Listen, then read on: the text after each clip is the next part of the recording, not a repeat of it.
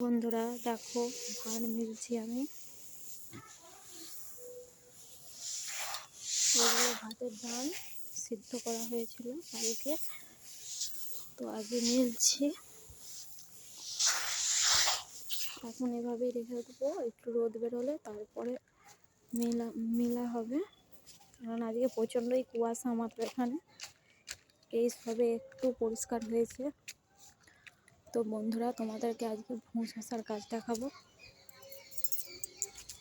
এই দেখো, আমাদের ছাদের নিচে লাগানো হয়েছে। এই দেখো, অনেকটা লাগানো আছে। এটা কাকুরা লাগিয়েছে। দেখো, এটা হলো ভুঁ শশার গাছ।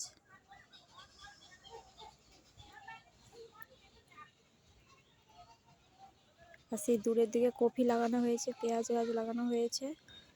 এটা ভুঁ শশা বলি আমাদের এদিকে, কেননা এটা মাটিতে লাগানো হয়, এর কোনো মাচা করা হয় না। এই শশা খেতে খুব সুন্দর লাগে। এভাবে এগুলো মাটিতে হয়।